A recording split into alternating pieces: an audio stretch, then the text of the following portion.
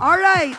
Now, as we move on with the program, we will be speaking with a very inspiring woman. This woman is a good friend of mine, a role model. Nasa na siya? Ayun. A role model for many women, and yung pamilya nila mismo ay role model. All right? I want to introduce her. May funny akong introduction sa'yo. Ito yung kilala nating role model, mommy ng bayan.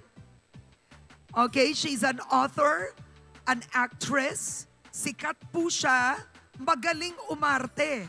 Pero ngayon, kilala na rin siya bilang nanay ni Donnie Pangilinan. Everybody, let's welcome Maricel Laksa Pangilinan. Okay ba yon? Ang nanay ni Donnie. O, diba? O, stay here, Maricel. O, diba?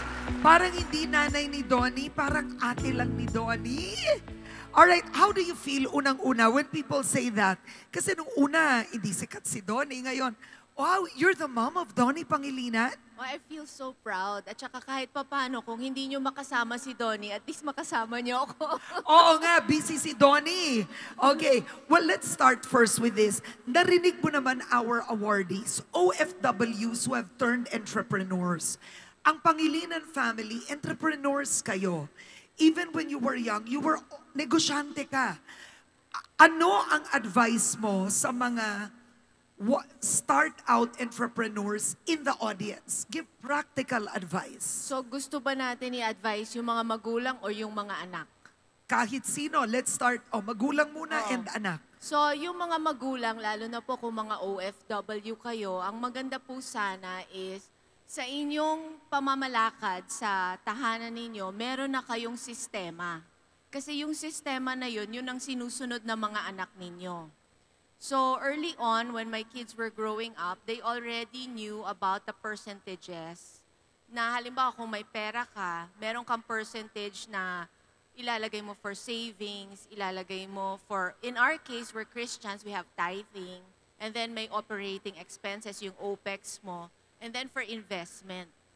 So, kung matututunan ninyo ito sa pamilya ninyo, starting with yourselves, makikita ng mga anak ninyo, and i-a-apply din ng mga anak ninyo paglaki nila. And this is something na parang no-brainer na sa mga anak ko kasi nakita nila nung maliliit sila. Pero I think, kailangan din magsimula sa atin na makita ng mga anak natin kung gaano kahirap kumita ng pera. Narinig nyo yun? Oo, don't spoil your kids. Yes, tsaka para sa akin, importante na malaman nila lahat ng pangangailangan nila, maibibigay natin. Pero hindi lahat ng kagustuhan nila, hindi lahat ng luho, ibibigay natin. For example, nung maliliit sila, sasabihin nila, mga siguro 10 years old, bibigyan namin sila ng simpleng phone para matatawagan namin sila. Tapos sasabihin nila, Ma'am, yung kaklase namin merong smartphone. Sasabihin ko, o di maganda. Sasabihin nila, pwede rin ba ako magka-smartphone? Sasabihin ko, pwede. Kung maa-afford mo na. Sabi niya, paano ko maa-afford? Magnegosyo ka. Kung paano mo gagawin, problema mo na yon. Basta yung needs mo, na-meet ko na, yung wants mo, bahala ka na dyan. Okay, so yun ang tip mo para sa mga magulang. Paano magsisimula ng negosyo na bata ka pa? Okay, yung negosyo ni Donnie nung maliit siya ganito. May allowance siya weekly. Tapos, meron siyang maliit na notebook. Lagi siyang nasa kusina, pinapakinggan niya kung naubos na ba yung petty cash ng mga yaya namin. Kasi pag naubos yon at wala ako, ibig sabihin, kailangan nila ng extra cash. May cash siya palagi, tapos sasabihin niya, ako munang mag-aabono, pero may interest. Grabe si Donnie! May interest pag binalik ninyo. Syempre, stress na yung mga yaya kasi wala ako, hindi nila na plano ng maigay yung petty cash. So, sige na lang, pahiram muna, pero yung interest babayaran natin sa ganitong araw. So, nai-instill dun sa bata na ang pera mo may halaga. At pag hiniram ng iba, kailangan meron din kang tubo para naman sa ganon, napakinabangan nila, mapapakinabangan mo rin. Alam mo tayo mga Pilipino, hindi tayo ganun mag-isip. Oo. Katunayan, nakakahiyang tubuan ang kaibigan. Nakakahiya na sabihin pag may uutang sa'yo, sabihin mo, o may interest ito parang hindi natin kultura yun. Yes, hindi natin kultura yon. Kaya lang, pagka tayo pumunta sa bangko, ganun yung kalakaran, di ba? So, kailangan matuto rin tayo paano natin papalaguin yung pera natin in such a way na meron din namang mapupunta sa atin, lalo na kung gusto natin palaguin yung negosyo natin.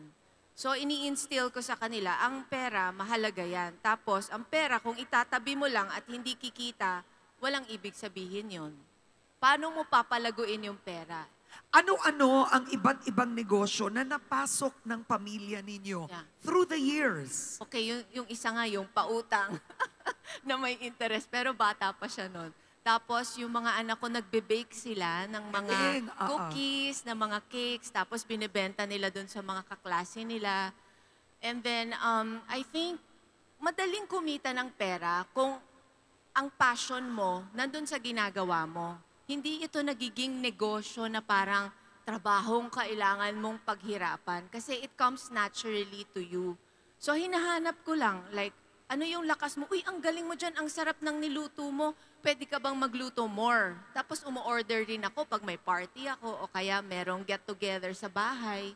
Para nang sa gano'n, na-encourage mo yung bata. One of the things na ginawa ni Ella, she's my eldest daughter, before she turned 19, she opened up a business with her tita. Siya yung creative mind behind it. Tapos yung tita naman niya, operations, finance, ganon. So, nagsanib puwersa sila. That's another thing. So first, you have a passion. Next, you only know that your strength is a particular portion of the business, which is creatives. Kailangan mo ng tao na magaling para ma-support yun. Kasi kung creative ka lang, wala kang sense kung paano mo i-manage yung pera or yung business, it will fail.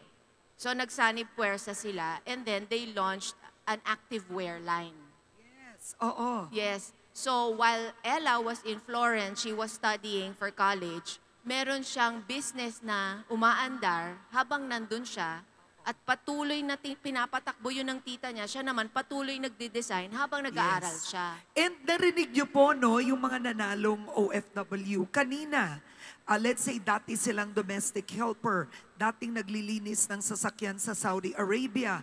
But in the end, for them to become entrepreneurs, nag-aral sila. Yun. So may experience, but they added knowledge. Yes, so first you have a passion. Next, you have your limited source of skills or interest. So you partner with someone to grow your enterprise, your mini enterprise. Next is to also grow your worth, you have to enlarge your skills. And yun ang papasok ang education. Tapos another thing pa dyan is yung magtatabi ka. Tapos kung may negosyo ka, bayaran mo rin yung sarili mo. At dapat binabayaran ang sarili natin? Yes, kasi pag hindi mo babayaran yung sarili mo, lahat palabas, walang matitira sa'yo. Pero pag sinabing bayaran ang sarili mo, what do you do with the money? Lalo na if it's a small business. Yes, okay. So, hindi lang naman ang negosyo mo, ang buong buhay mo. Meron ka ring mga cost sa sarili mo na para kang magpatuloy magtrabaho kung wala kang halimbawa pang pamasahe, 'di ba? Wala kang pangpakain sa pamilya mo, paano ka magpapatuloy na magnegosyo kung yung sarili mo hindi mo pa nga nabibigyan or natutugunan yung mga pangangailangan? So 'di ba, yung saying na you cannot give what you don't have, mag-uumpisa talaga sa sarili mo.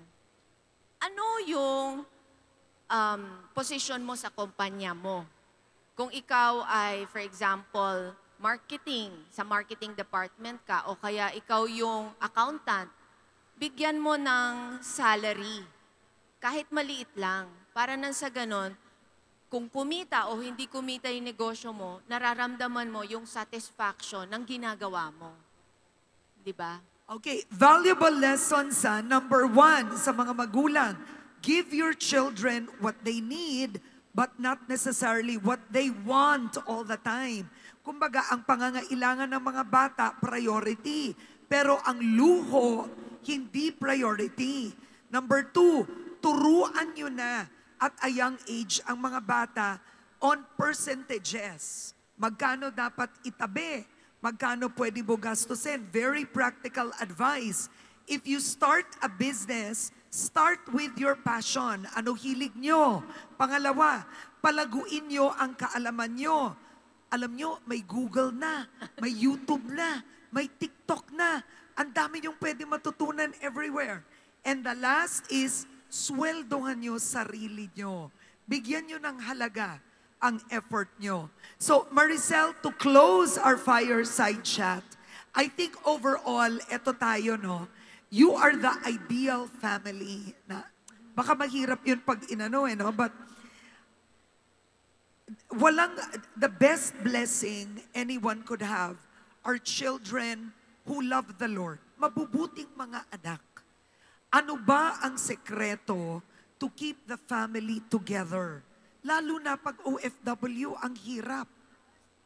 Yes, mahirap nga talaga kung halimbawa magkakalayo kayo sa isa't isa. Pero lagi kong sinasabi na yung ibig sabihin ng quality time is yung kahit na meron kang 5 or 10 minutes na makakasama mo, makakapiling mo, makakausap mo yung kapamilya mo, na totally 100% nandun ka.